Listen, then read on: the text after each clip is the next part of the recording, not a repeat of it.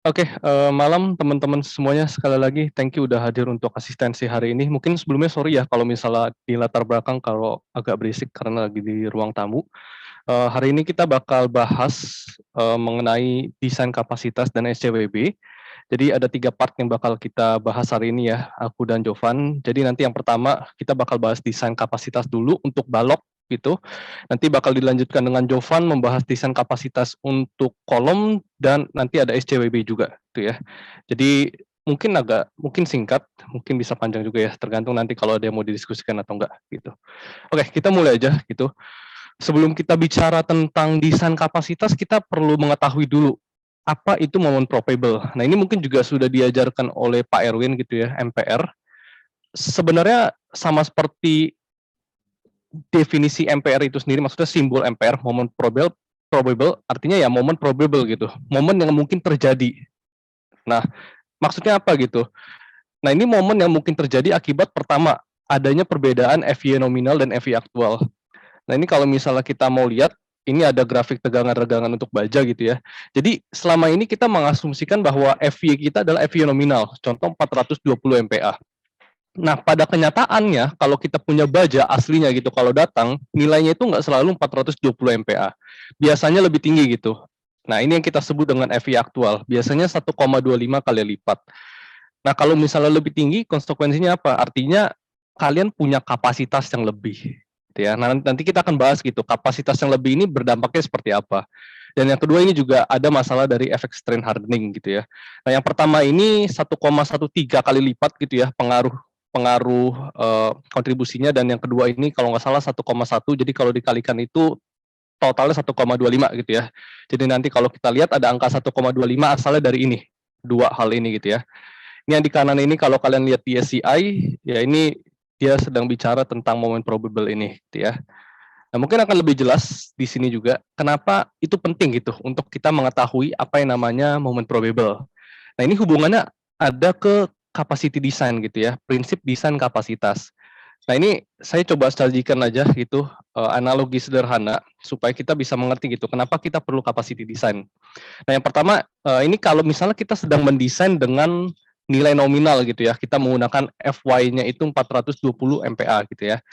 Nah, kalau misalnya gedung kita sedang didorong gitu ya ke kanan gitu, dia berdeformasi.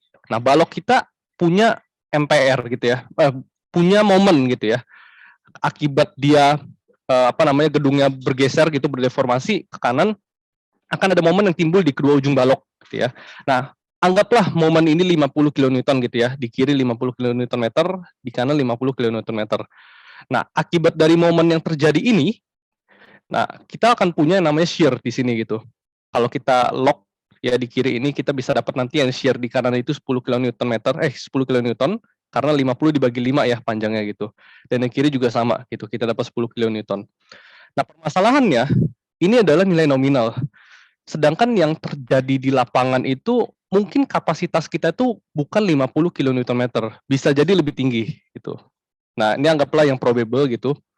Karena masalah tadi yang di sebelumnya ini perbedaan FY nominal dan ada efek strain hardening ini, bisa jadi kapasitas kita itu ternyata bukannya 50 kilonewton meter seperti yang kita desain, tapi bisa lebih gitu. Anggaplah 60 kilonewton meter.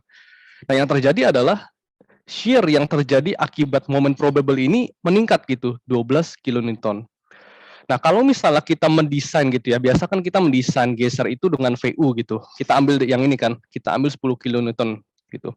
Nah, dampaknya adalah kegagalan geser itu akan terjadi terlebih dahulu gitu. Jadi anggap kalau misalnya beban yang menggeser kita itu adalah 50, misalnya 100 kilonewton lah, jangan deh, 10 kilonewton gitu misalnya menggeser ke kanan gitu. Nah, kapasitas momen balok kalian itu bisa lebih gitu. Jadi di sini mungkin bukan 10 kilonewton didorongnya gitu, tapi bisa aja misalnya 12 kilonewton atau 15 kilonewton gitu. Nah, permasalahannya ketika kalian mendesain geser dengan 10 kilonewton ini, yang nilai nominal ini, artinya ketika bebannya itu sudah 10 kilonewton, udah hancur duluan gitu shear-nya gitu. Jadi udah terjadi kegagalan geser terlebih dahulu gitu. Dan kegagalan yang seperti ini sifatnya itu brittle. Nah, itu sebabnya kita menerapkan apa yang disebut dengan capacity design gitu. Kita melakukan desain geser itu bukan terhadap nilai VU. Nah, ini perlu diingat gitu, bukan terhadap nilai VU lagi, tetapi terhadap nilai VPR gitu. Nah, VPR itu adalah geser yang terjadi akibat moment probable dan bisa dihitung dengan rumus VPR sama dengan MPR tambah MPRA tambah MPRB dibagi dengan LN gitu ya. Sebenarnya sama aja kayak gini, kalau misalnya kita log gitu ya, DOF yang kiri ini kita nanti bisa dapat gitu VPR masing-masingnya gitu. Nanti akan lebih jelas kalau misalnya di contoh soal gitu. Tapi ide besarnya itu adalah seperti ini gitu. Kenapa kita mau melakukan desain kapasitas, kita menghindari gitu kegagalan geser yang terjadi terlebih dahulu. Kita mau kegagalan terjadi itu sifatnya ductile gitu ya. Ini adalah contoh desain kapasitas balok gitu ya. Kita langsung lompat aja gitu. Jadi misal kita punya balok penampangnya seperti di kiri. Kita punya ketinggiannya 600 mm, lebarnya 400 mm, dan kita punya D aksen gitu ya, tulangan tekan gitu ya. Kalau momen positif, D-nya itu 50, D aksennya, D-nya ini 50 mm, FY-nya ini 420, FC prime-nya 30 MPa, dan di atas 8D25, dan di bawah ini 4D25 ya. Abaikan ini AS aksen ini, yang penting kalian tahu tulangannya gitu ya. Ini beberapa parameter balok yang kita ketahuin. Dan asumsiin juga, misalnya kita mendesain penampang seperti ini gitu ya. Nah, ada QU di sini, QU. Nah, QU-nya ini 42,5 kN dan panjang balok kita itu ada 5 meter gitu ya. Nah, sekarang kita mau melakukan desain geser berdasarkan desain kapasitas gitu pada elemen balok. Nah, yang pertama kita perlu menentukan terlebih dahulu nih MPR balok ketika terjadi beam hinging gitu ya. Beam hinging itu maksudnya di dalam balok kita itu terjadi ini nih, adanya sendi plastis gitu.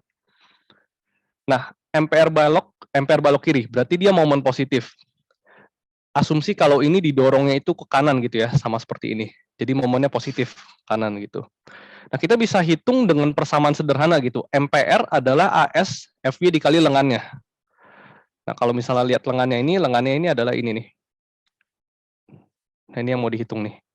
D dikurang APR per 2. Itu ya, APR itu adalah kontribusi betonnya ya.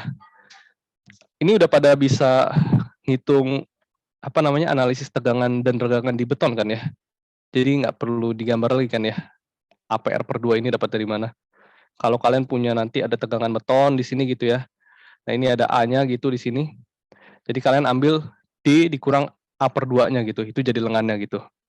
Nanti kalau misalnya kurang jelas baru ditanya lagi aja. Nah, ini cara menentukan A-nya dari mana? Nah, ini keseimbangan tegangan gitu. Jadi kita ambil apa namanya A plus sama dengan ASFY dibagi dengan 0,85 SI prime B. Nah, ini ada asumsi yang digunakan ya. Kita mengasumsikan bahwa kita mengambil tulangan tariknya aja gitu. Tulangan tekannya itu nggak kita hitung. Karena kalau kita menghitung tulangan tekan dalam hal ini, itu akan menjadi less konservatif gitu. Jadi kalian hitungnya langsung aja dengan mudah. Jadi kalau kalian mau menghitung MPR balok yang positif, berarti ini tulangan tariknya gitu ya. Ini kita abaikan aja gitu, supaya perhitungan kalian konservatif gitu. Karena kita mau MPR yang kita dapat itu adalah sebesar-besarnya. Nah, kalian bisa dapat ini. Ini tinggal apa namanya gaya keseimbangan gaya, gaya dari tulangan tarik sama dengan gaya dari beton gitu ya. Kalian bisa dapat nanti A plusnya berapa. Nah, kita kalikan 1,25 di sini. Boleh kali 1,25 di sini atau mungkin lebih enaknya juga FY-nya gitu yang kita kali 1,25 gitu ya, sama aja gitu. Nah, nanti kita bisa kalau kita hitung kita bisa mendapat ternyata momen probable yang terjadi pada balok kita itu adalah 514,87 kN. Nah, hal yang sama juga kita bisa hitung untuk MPR balok kanan. Nah, MPR balok kanan itu tadi yang di sini ya. Nah, ini untuk momen negatif. Nah, kita bisa hitung APR negatif gitu sama ya caranya. Ini tinggal kalian hitung aja dengan data-data yang ada. Intinya kalian bisa mendapatkan nilainya sekian gitu. Kalian udah dapat MPR positif untuk yang di kiri dan untuk MPR yang di kanan itu yang negatif gitu. Nah, kalau kalian udah bisa mendapatkan momen probable, kalian bisa menentukan V-nya gitu. V probable ya, atau VE gitu ya, sama aja gitu. Nah, untuk menentukan VE ini, kalian bisa menghitungnya itu dengan, apa namanya, dengan rumus ini. Jadi, MPR ditambah MPR positif ditambah MPR negatif dibagi dengan LN ditambah dengan QU LN per 2 gitu ya. Jadi QU LN per 2 ini kita asumsikan tadi di awal ada beban ini ya, apa namanya? Ada beban ini, beban gravitasi gitu ya. Jadi kalau kalian ingat dengan statika sederhana, kalian bisa hitung V-nya itu adalah sekian. Nah, ini harusnya plus minus ya, ini sorry. Ini minus gitu ya. Jadi plus minus ini statika aja, kalau misalnya nanti perlu ditunjukin bakal ditunjukin gitu ya. Tapi intinya ini statika aja gitu. Kalian bisa secara general langsung pakai rumus ini aja gitu. MPR positif tambah MPR negatif dibagi LN tambah QU LN per 2 gitu ya. Plus min gitu. Kalian bisa mendapatkan nanti V probable. Nah, nanti kalian mengambil V probable-nya itu adalah yang terbesar gitu sebagai gaya gesture desain kalian. Nah, dapatlah kalau kalian hitung nanti VE sama dengan 429 kilonewton. Sebentar ya.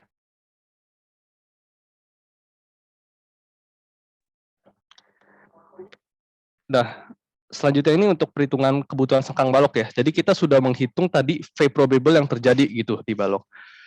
Karena kita sudah tahu demand-nya, kita sekarang menghitung kapasitasnya gitu.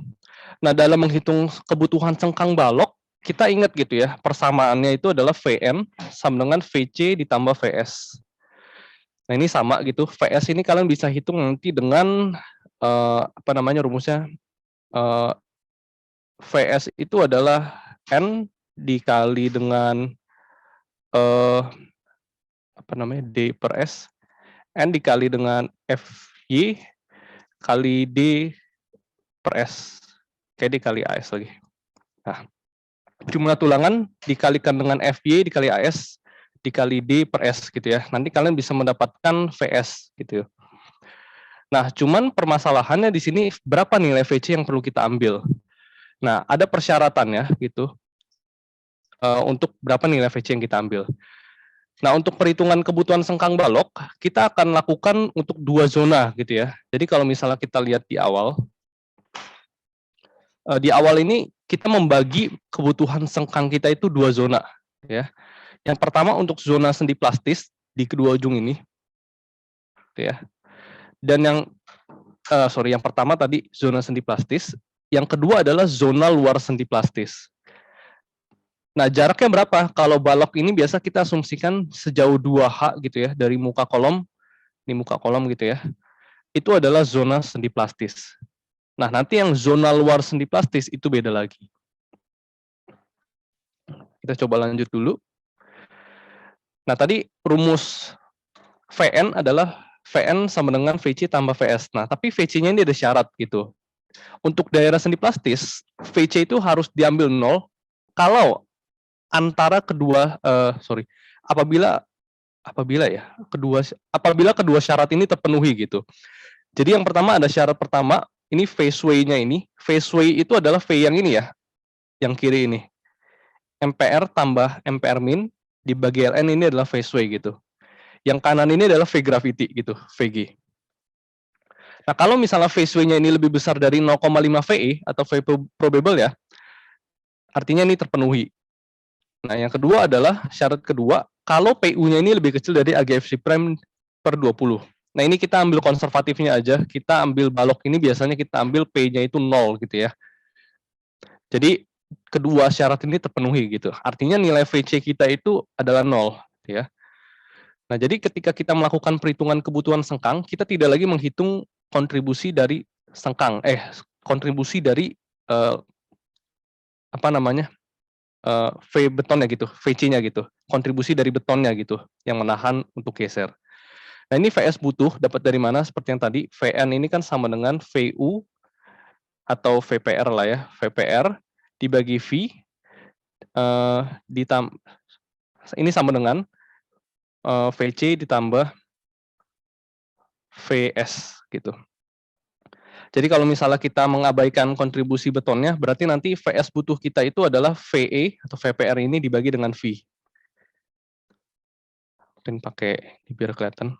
Nah, jadi kalau kita mengabaikan VC berarti tinggal VS, ini VS butuh, VPR dibagi V. Nah, VS butuh. Nah, ini desain ini sebenarnya sama kayak beton gitu ya, nggak ada bedanya. Kalian tetap harus membatasi VS max gitu ya.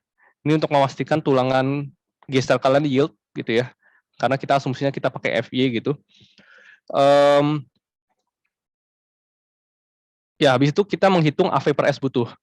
Jadi AV per S itu rumusnya sama dengan VS dibagi FY kali D. Ini kalian tinggal hitung aja gitu kebutuhannya itu berapa. Tadi kan udah ya, VS itu sama dengan AV dikali FY dikali dengan D bagi S gitu. Dan butuh jumlah tulangannya berapa gitu. Nah ini adalah AV per S ini yang minimum ya gitu, kebutuhan tulangan minimum. Ini standar ya 0,062 sekian dan 0,35 sekian ini kalian tinggal hitung aja, itu berdasarkan yang ada. Tuh. Nah nanti kita tinggal tentukan aja gitu. Sorry, dari sini kan kita kelihatan gitu ya, dibandingkan dengan yang minimum, ternyata yang butuh kita lebih besar gitu. Berarti nanti kita akan mendesain berdasarkan yang 2,478 ini gitu. Nah, kita asumsikan kita gunakan sengkang 4 kaki gitu, misalnya, dengan diameter 10 mm. Tuh, jadi AV sama dengan sekian, dapat nanti kita bisa masukin ke ini AV-nya, masukin ke persamaan yang di atas gitu. Jadi AV per S sama dengan 2,478, AV-nya kita ketahui, kita bisa cari S-nya. Nah, dapatlah S butuhnya 126,8 mm. Nah, kita perlu cek gitu ya, ada beberapa persyaratan. Ini persyaratan ini untuk SRPMK gitu ya biasa. Jadi ada S Max 1, S Max 2, S Max 3, ini ada di code gitu ya. Kalian bandingkan aja. Oh, ternyata S butuh kita itu lebih rendah gitu ya. Jadi kita bisa ambil 126,8 atau kalau kalian mendesain kalian nggak akan mungkin ambilnya langsung 126 gitu ya. Biasa kita bulatin aja per 50 gitu. Jadi kita ambil S design itu 100 mm. Nah, kalau misalnya udah sampai sini, ya udah kita tinggal ya ini sebenarnya nggak perlu juga sih. Kalau kalian udah dapet ini, itu udah pasti oke gitu ya. Tapi dalam hal ini dilakukan pengecekan aja gitu. Kalau ternyata VS yang kita pakai itu, yang di tengah ini sudah lebih besar dari kebutuhannya gitu. Capacity kita udah lebih besar dari demand-nya, dan ini lebih kecil dari VS Max gitu ya. Lebih kecil dari apa namanya kapasitas tulangan maksimum gitu ya, yang diizinkan. Nah, kita dapat 4D10 100 gitu spasinya. Kita dilihat dulu. Tadi itu adalah untuk yang zona sendi plastis. Sekarang kita mau bahas untuk zona luar sendi plastis. Nah, sebenarnya sama aja gitu. Tapi bedanya adalah berapa nilai V yang harus kita ambil gitu ya. Nah, kita mau mendesain ini dengan menginterpolasi gitu ya, nilai VPR. Kalau VPR ini kan di ujung ya nih, di ujung sini ya, kalau kita punya balok. Ini VPR gitu. Nah, kita mau ambil sejauh 2H di sini. Nah, ini kalian bisa menggunakan statika biasa aja. Nah, kalian bisa ambil nilainya seperti berikut gitu. Nah, nanti kalian lakukan hal yang sama gitu ya untuk perhitungan kebutuhan sengkangnya seperti apa. Tapi bedanya di zona luar sendi plastis ini kalian udah nggak ada syarat ini lagi gitu. Dua syarat ini. Ini syarat ini diperlukan untuk zona sendi plastis. Jadi di luar zona sendi plastis kalian bisa menghitung kontribusi beton ya. Kalau kalian menghitung kontribusi beton, tentunya nanti kebutuhan tulangan kalian pasti lebih rendah karena ada kontribusi beton yang menahan geser ya gitu. Ini langkahnya sama seperti tadi gitu ya. Kalian ulangi lagi aja. Bedanya hanya yang pertama tadi di syarat ini kalian nggak usah ikuti. Jadi kalian bisa memperhitungkan kontribusi beton VC-nya. Dan yang kedua tadi dari segi demand-nya ya, kalian bisa menghitung dari VPR yang kalian interpolasi gitu. Nanti kalian bisa dapat hasilnya 4D10 200 untuk contoh ini. Jadi nanti kesimpulannya adalah untuk desain sengkang pada balok kita bisa gunakan 4D10 100 gitu ya, yang lebih rapat untuk zona sendi plastis, dan nanti yang di luar zona sendi plastis kita bisa lebih ringan gitu. Karena kita tidak mengekspek di apa namanya di tengah bentang tadi untuk terjadi zona sendi plastis kita bisa lebih rendah gitu pakainya yang lebih longgar 4D10 200. Nah, mungkin sampai di sini dulu ada yang mau ditanya dulu nggak seputar desain kapasitas untuk balok ini?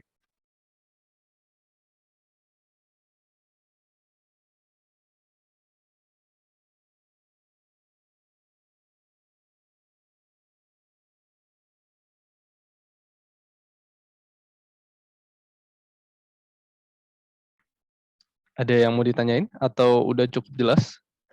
Atau mau dicoba sendiri?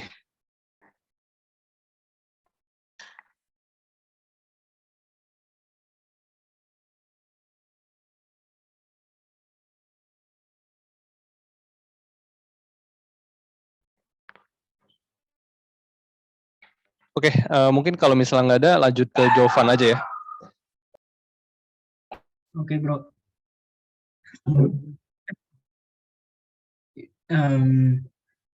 Ya, malam teman-teman. Balik lagi bersama saya untuk asistensi hari ini. Cepet aja ya, semoga bisa cepet. Pengennya sih cepet. Oke, wait. Kalau ya udah kelihatan ya, Jadi eh, contoh desain kolom SPRMK, tapi cuman dari aspek geser dan SCBB ya, sesuai dengan kayaknya sesuai dengan petunjuk Pak Erwin, kayaknya kelas baru sampai situ deh. Jadi aku bakal mulai. Aku mulai dengan contoh kasus. Eh, aku asumsi kalian udah lumayan familiar dengan kolom SRPMK ya, soalnya dimintanya contoh soal bukan materi. Jadi supaya mengurangi redundansi, nggak aku jelasin lagi. Jadi contoh kasus, ini ada kolomnya ada ke atas lagi ya, cuman nggak aku gambarin lagi aja, supaya kelihatan balok ini. Jadi ada baloknya sama semua dalam kasus ini, lalu ada kolom gitu kan. Dan parameter-parameternya itu sudah aku hitungin buat kita. FC prime, FY, EC, ES, beta 1, B, C, BH, dalam kasus ini C1, C2, lalu N-top, N-bot, DB, DS, lalu ini yang dari hitungan. So far so good lah ya, clear semua ya. Ini elemen balok dan elemen kolom. Dengan catatan kolom ini dari MN lentur murni. Jadi kan diagram interaksi itu kan kayak gini kan. Ya gitulah. MN yang ku pakai itu MN ini. Yang ku tulis ke tabel ini ya. Demikian. Lalu sebelum lanjut, ini kan MN plus, MN min, sama MPR plus, MPR min. Teman-teman harusnya udah tahu ya, MPR itu apa. Tadi udah dijelasin sama David juga. Itu most probable thing to happen. Makanya namanya probable. Tapi yang perlu di-highlight di sini adalah seringkali kita lakukan simplifikasi dalam persoalan. I call it simplifikasi dalam persoalan yang ilegal. Illegal why? Karena kontribusi tulangan pelat perlu dipertimbangkan dalam menghitung momen nominal negatif dan momen probable negatif. Kenapa ini harus demikian? Karena ACI maupun SNI ada memberitahukan hal demikian. Jadi kalau ada balok dan kita mau pakai MPR, khususnya MPR ya, terlebih khusus MPR, maka momen negatifnya harus mempertimbangkan balok T. Balok T. Jadi sebagai visualisasi data gitu kan. Ini momen nominal tanpa pelat, ini sorry. Ini pos, ini min, aku lupa tulis. Cuman intinya mah bandingkan ini dengan ini dan bandingkan ini dengan ini. Intinya itu. Jadi tanpa pelat ini 8331122. Momen probable-nya sejauh itu 300 kilonewton meter. Bentar aku hitungin berapa persen itu ya. 833 per 8. Sekitar 35% difference. Which is huge. Ya, jadi 35% itu gede banget sih untuk sekedar perbedaan yang disimplifikasi. Jadi nggak boleh. Ini aku hitungin. Ya, itu dulu. Lalu kita ngomongin gaya geser dari kombinasi pembebanan. Gaya geser dari kombinasi pembebanan, simple. Kita ada kombinasi pembebanan, mau earthquake kayak, mau wind kayak, pokoknya yang itu, yang dari kode 1 sampai 9, kalau nggak salah. Ya, pokoknya kombinasi beban ini menghasilkan sebuah V yang akan diberi indeks dalam umumnya VU, yang dari ITEPS kan ya, dari Unstruct VU. Jadi kita coba keluarin dulu daerah plastis sama daerah non plastis. Gaya gesernya mana-mana aja. Jadi daerah plastis itu eh, panjang sendi plastis, walaupun aku lebih suka nyebutnya zona plastis atau daerah plastis ya. Pretty straightforward, dia konsepnya kayak tumpuan lapangan gitulah. Kita keluarin aja dari ITEPS, ini mah contoh kasus saja kan. Lalu itu yang dari kombinasi pembebanan. Aku lanjut ke desain kapasitas. Desain kapasitas, eh wait, my mouse is missing. Oke. Kalau desain kapasitas, seperti yang tadi David udah jelaskan juga, desain kapasitas itu untuk kolom dari dua mekanisme, yaitu mekanisme beam hinging dan mekanisme kolom hinging. Harusnya udah ada di kelas juga ya. Jadi beam hinging, rumusnya ini. Ini ada di SNI juga, cuma aku nggak sertain pasalnya. Ini deh. Gambar ini dari SNI. Lalu variabel yang aku buat baru gitu kan, itu MPRB sama WU. Kalau MPRB, kalau kalian pakai rumus singly reinforce, yang artinya nggak perlu iterasi, karena kan baloknya cuma kayak gini. Kalau kalian pakai rumus itu untuk ngitung MN, maka MPRB-nya berlaku demikian. Cuman, karena kalian memilih untuk mengambil benjut. Jadi sebenarnya MPRB itu ya ketika FV-nya 1,25. Jadi FV expected itu FV 1,25 FV gitu. Ini nanti dilakukan iterasi gitu. Cuman kalau mungkin asisten ngeceknya fast checking gitu bakal gini sih. Apalagi kalau kalian pakai rumus singly reinforce. Gitu ya. MPR gampang, harusnya tadi David udah jelasin dan di kelas udah sampai berbusa juga mungkin dijelasin sama Pak Erwin gitu kan. Bisa konsep fundamental. WU ini apa? Kita lihat gambar ini. WU itu beban merata di balok. Di balok ya. Dan LN itu apa? N stands for nominal. Jadi panjang bersih ya, panjang bersih dari balok itu sendiri. Nih ya. Jadi WU itu didapat dari mana? WU itu didapat dari kombinasi ini, 1,2D plus 1L. Ini, kombinasi pembebanan WU adalah 1,2DL plus SDL plus 1,0L. Dan WU, kalau mau disimplifikasi lebih, kan kalian run ITEPS nih, pakai kombinasi pembebanan ini. Keluarin tuh, dia geser di ujung kiri dan di ujung kanan. Lalu kalian tambahkan bagi LN, itu adalah nilai WU yang hanya untuk kasus jepit-jepit saja. Jadi ini dari statika biasa. Kalau statika biasa kan ini berlaku ya. Kalau cara nyari WU-nya seperti ini. Oke, WU masuk dapat V beam hinging. Kita output dari slide ini. Kita lanjut ke ini contoh perhitungannya. Contoh perhitungannya ini langsung ada karena aku baik. Apparently panjang as ke as balok LB, lebar kolomnya C1 sama C2 dalam kasus ini sama. Panjang nominalnya LN yaitu LB kurang C. Ya.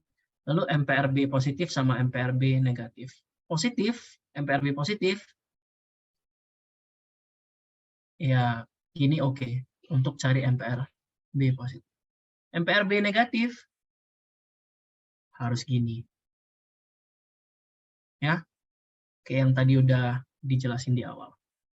And then V kanan V kiri lalu dapat V beam hinging. Ya kan? V kanan V kiri jadi WU. Gitu ya. Lalu ini kolom hinging. Kolom hinging ini dari SNI.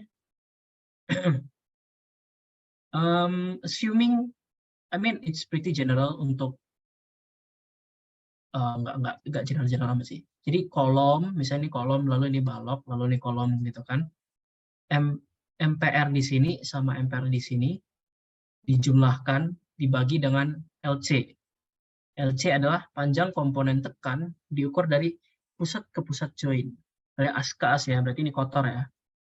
Ya, MPRC. Karena kolom biasanya menerus gitu kan, dalam kasus ini aku tulis 2 MPRC, tapi sebenarnya mah MPR C top plus MPR C board ya. Cuman dalam mayoritas kasus kan sama ya, jadi aku tulis demikian. Lalu ya untuk perhitungannya mah, ya dalam Excel-nya aku bedain sih. MPRC positif sama MPRC negatif. Ini harusnya top sama bot, sorry. Salah tulis. Bisa tinggal ngitung deh V kolom hinging. Lalu VE-nya berapa? VE-nya ini ada di pasal ini. 187611, silakan baca kesimpulannya ini. Lalu dapat deh VE. Oke? We cool? We cool. And then ini so far kita udah dapat gaya geser VU, lalu kita juga udah dapat gaya geser VE. Lalu kita sebelum kita desain tulangan gesernya, kita desain dulu confinement. Ya confinement. Ya, kalau di SNI ini ya, panjang zona plastis. Ini rumusnya maksudnya, sorry. And then dalam kasus ini aku langsung, karena ini contoh soal ya, ini langsung tabel aja. Ini lebar arahan 2, I'm so sorry. C1, C2, LC panjang as kolom, tinggi balok, LNC, lalu L01, L02, L03. LNC adalah L nominal kolom, gitu kan. Nominal, artinya bersih. Jadi aku kurangin HB per 2. Yap. Lalu ini hitung-hitung aja, kita dapat daya panjang zona plastis kita untuk kolom. Kita lanjut. Lalu kita cek kebutuhan tulangan kekangannya.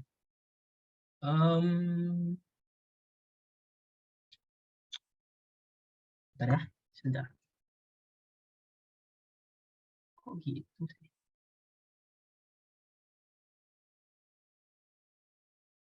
Sebentar ya guys. What?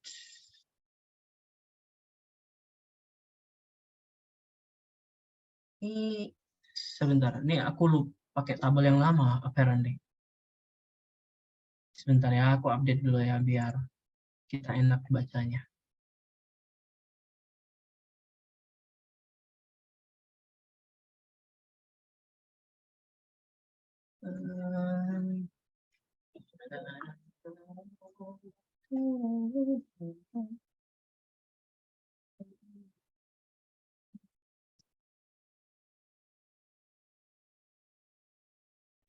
Oke, udah. Ya, jadi tadi aku paste tabel yang non updated. Sebenarnya aku agak tadi sempat males untuk menginclude, karena kan syarat confinement kan ada 3 ya, ada ASH per S1, ada ASH per S2, ada juga yang 3. Tapi yang 3 kan cuman jika P lebih besar dari 0,3 AG FC prime atau FC prime-nya lebih besar dari 70 kan. Dan kan ini agak unlikely kan, jadi aku tadi males. Tapi ujung-ujungnya karena terbeban sebagai asisten aku perbaiki. Jadi ini sama, ini D aksen, itu serat terluar ke tulangan terdekat. Simple, ini DB, gampang, panjang efektif inti beton. Harusnya kalian tahu sih panjang efektif inti beton ya. Harusnya udah di kelas. Ini lupa rumusnya, sorry guys. Cuman ada rumusnya, ACH itu BC1, BC2, lalu luas cross AG, sisanya quite straightforward sih. Dan ini SH1, SH2, itu aku hitung-hitung, dapat tuh segitu. Ya kan? Lalu kayak tekan ultimate-nya, ini arbitrary aja sih. Lalu kita cek syarat kebutuhan tulangan kekangan 3, A, B, lalu C. A sama B itu syarat yang tadi, dan konsiderasi syarat tulangan kekangan ketiga, apakah perlu? Ternyata tidak perlu. Jadi nanti kebutuhan tulangan kekangannya itu cuman max dari AHS1 dan 2. Gitu kan? Lalu ini NL, ini KF, KN, ini rumus-rumus aja sih ya kan. Gampang sih harusnya.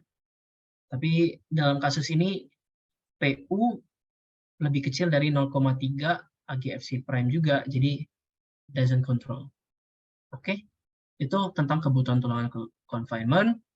Ini desain aja sih. Desain artinya tembak N, tembak DS, tembak S, lalu dapat yang desain dan yang perlu tadi dari yang page sebelumnya. Kita dapat 5 lebih besar dari 4, maka ceknya udah true. Oke, itu desainnya. Dan kita cek spasi transversal seperti biasa ya kan. Jarak terdekat antara tulangan longitudinal terkekang itu HX. Lalu ada S max 1, X max 2, X max 3, ini dihitung aja. Hitung dapat kriteria desainnya terpenuhi. Itu untuk spasi tulangan transversal maksimum di confinement. Nah, ini confinement udah selesai nih. Kita confinement. Nah, kan tadi kita udah dapat apa? Kita udah dapat VU, kita udah dapat VE, dan sekarang kita punya tulangan confinement. Ya, itulah. Nah, sekarang lanjut ke mana? Lanjut ke desain gesernya. Kan tadi confinement, VU sama VE, belum ada tulangan gesernya. Kita cek nih tulangan gesernya. Jadi, gesernya bakal didesain zona plastis dan zona non-plastis. Jadi, zona plastis, walaupun udah ada confinement, kita perlu cek confinement itu cukup nggak untuk nahan geser yang terjadi. Jadi, ini sama persis sama yang tadi untuk menentukan panjang zona plastis. Ini aku cuman paste lagi aja for continuity reasons. Lalu ini cek hasilnya. Nah, kalian kan tahu ya, harusnya di kelas sudah tahu. Kalau geser di zona plastis, itu VC-nya bisa 0. Dan most probably 0. Di dalam Excel-nya aku buat gini ya. Gaya geser zona plastis, ini dari tabs, VU. Benar kan ya? Iya, oke.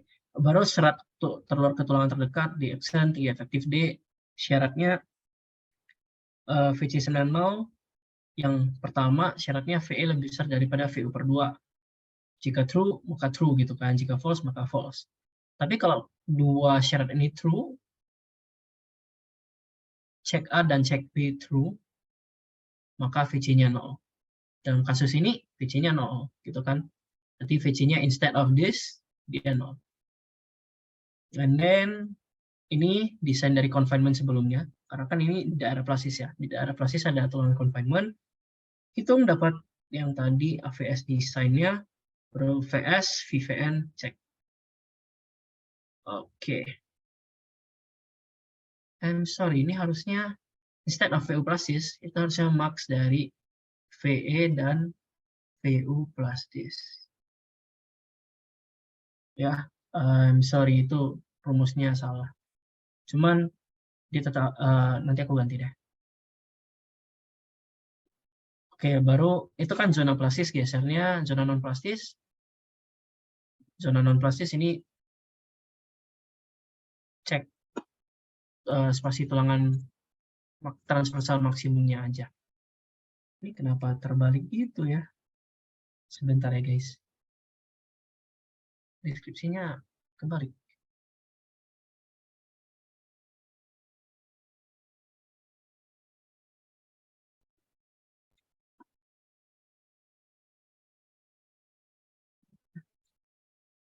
Spasi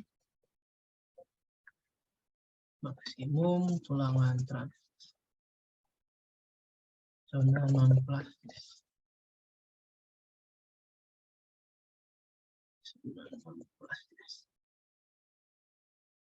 Oke, so sorry. Aku balik lagi. Jadi untuk zona non plastis kita awali dengan desain dulu ya. Desain dulu dan ini kenapa tetap plastis? Ini harusnya non plastis ya guys. Nanti aku ganti. Ini non plastis, ini juga non plastis. Oke, ini hitung-hitung aja. Kali ini kalau di zona non plastis, VC-nya nggak mungkin 0. Jadi VC-nya tetap VC. Ini 3 angka ini tembak, gitu kan? Karena ini kan desain. Kita lihat tuh AV per S desain, kita konversi jadi VS, lalu kita cek VVN-nya. Kalau dia memenuhi, artinya dari aspek kekuatan dia udah cukup, gitu kan? And then ini ada spasi tulangan maksimumnya antara 6 dB dan 150 mm. Selesai untuk desain geser. Dan terakhir SCWB. Jadi SCWB itu apa? Strong column weak beam kan. Nggak akan diajarin lagi lah ya konsepnya. Langsung contoh soal aja. Momen nominal kolom. Jadi mikirnya gini sih, kan kolom kan gaya-gayanya beda-beda ya. Di sini misalnya MN1 nih, di sini MN2 nih, lalu di sini MN3 nih. Untuk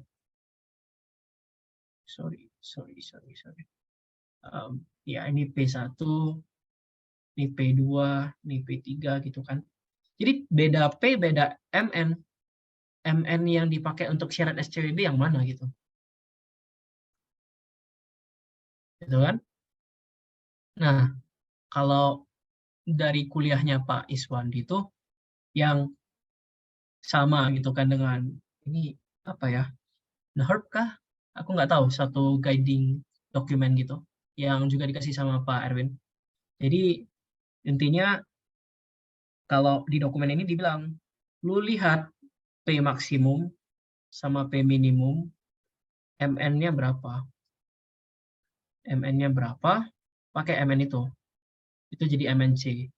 Kalau Pak Iswandi bilangnya, ngambil aja dari ini kan titik-titik banyak nih, titik-titik banyak. Lihat tuh MN-nya berapa. Lalu pilih gitu, MN yang paling menentukan di kasus-kasusnya. Gitu sih. Ya, pilih MN yang paling menentukan di kasus apa. Lalu kalau misalnya dari SPKOL, ini aku ngikutin Pak Iswandi ya. Berarti kan ada kombinasi pembayaran P max, P min, M2 max, M2 min, M3 max, M3 min gitu kan. Kan kalian input tuh, kalian udah desain segala macam, ini keluar nih. Ini tabel dari SPKOL nih. Purely dari SPKOL. Cuman aku ganti aja pewarnaannya. And then kita mau cari ini. MNX sama MNY. Itu caranya adalah VMNX dibagi V.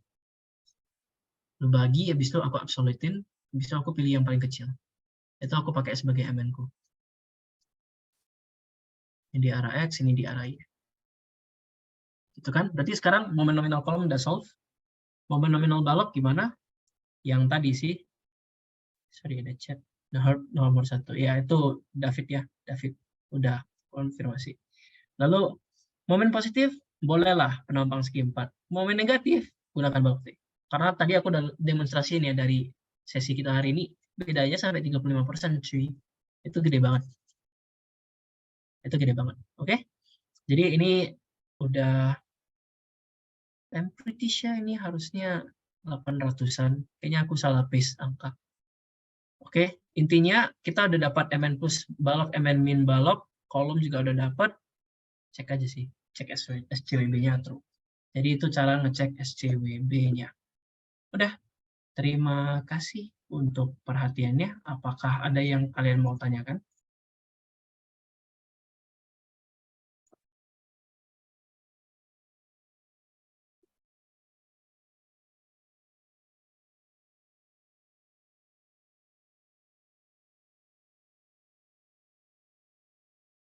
Ada? Kalau nggak ada, ini run through my Excel for a bit, gitu kan. Ini input, lalu ini hitungan. Dan ini seksinya ditinjau.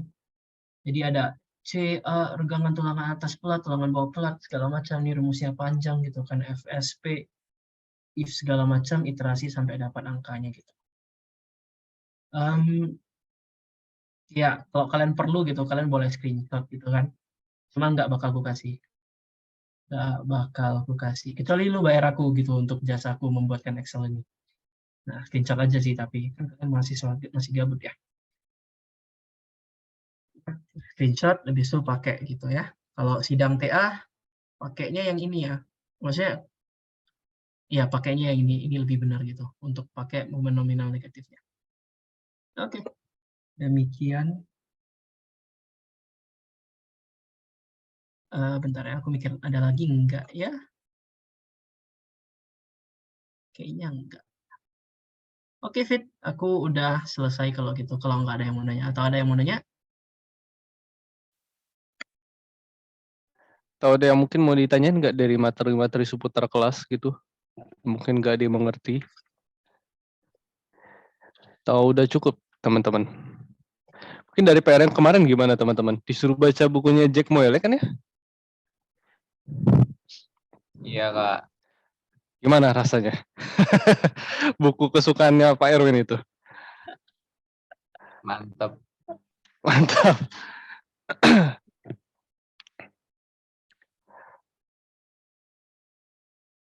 Adakah yang mau ditanyakan tadi dari yang balok yang pertama, terus kolom, terus SCWB gitu?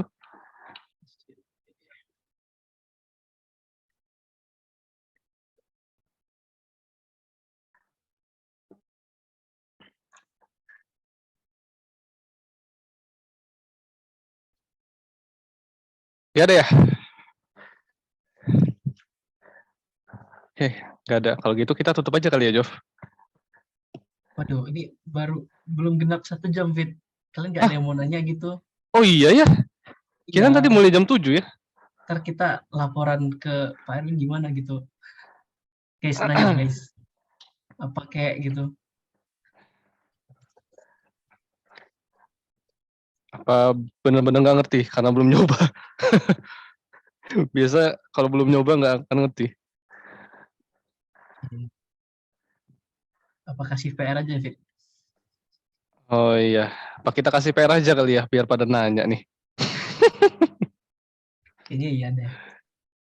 Memang masih sisa 1 kan, Fit?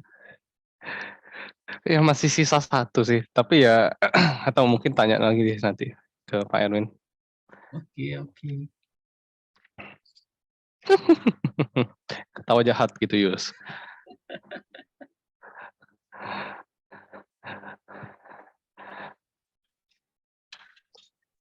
Ya kita tunggu 3 menit lagi lah ya, biar udahlah genap sejam tuh. Technically belum genap sejam juga sih, Fit. Tadi kita mulainya, aduh, ya. Kalian kira-kira ngerti nggak kira-kira? Tapi kalian belum coba sih ya. Ya, Gimana Yusni? Bisa Yusni?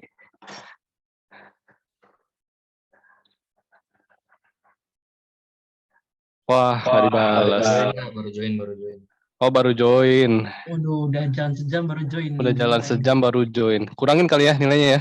Kurangin sih, Wah, tim replay. Kurang menghargai nih. kurang Wah, menghargai, kurangin. kurang menghargai. Kalau iya, kalau nanya Rexrook boleh sih, kan Rexrook kalian tetap beton kan ya. Kecuali Rexrook kalian baja nggak boleh nanya.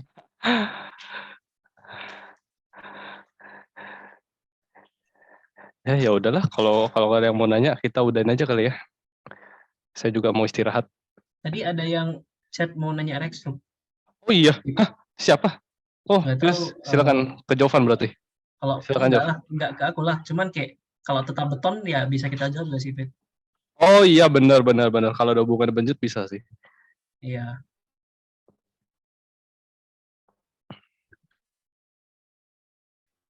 Momen itu momen nominal negatif pakai pelat ya guys, yang tadi aku itu kalau di PR, khususnya deskripsi juga. Sih bentar lagi skripsi, menderita lah kalian. Udah, yang tadi nanya Rexrook nggak jadi.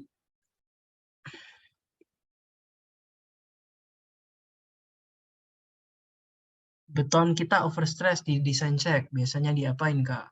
Digedein lah penampaknya. Tergantung juga sih kasusnya ya. Overstressnya karena apa dulu?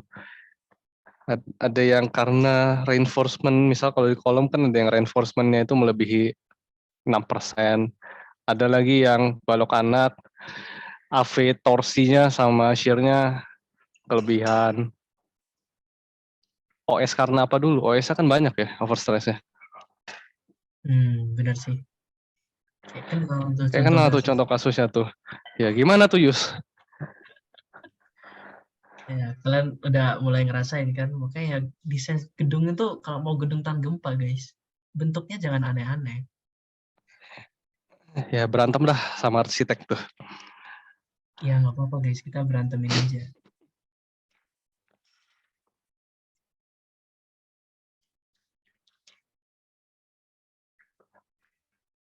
Oke Fit, udah 8.31. Ini berarti nggak ada yang mau nanya lagi ya?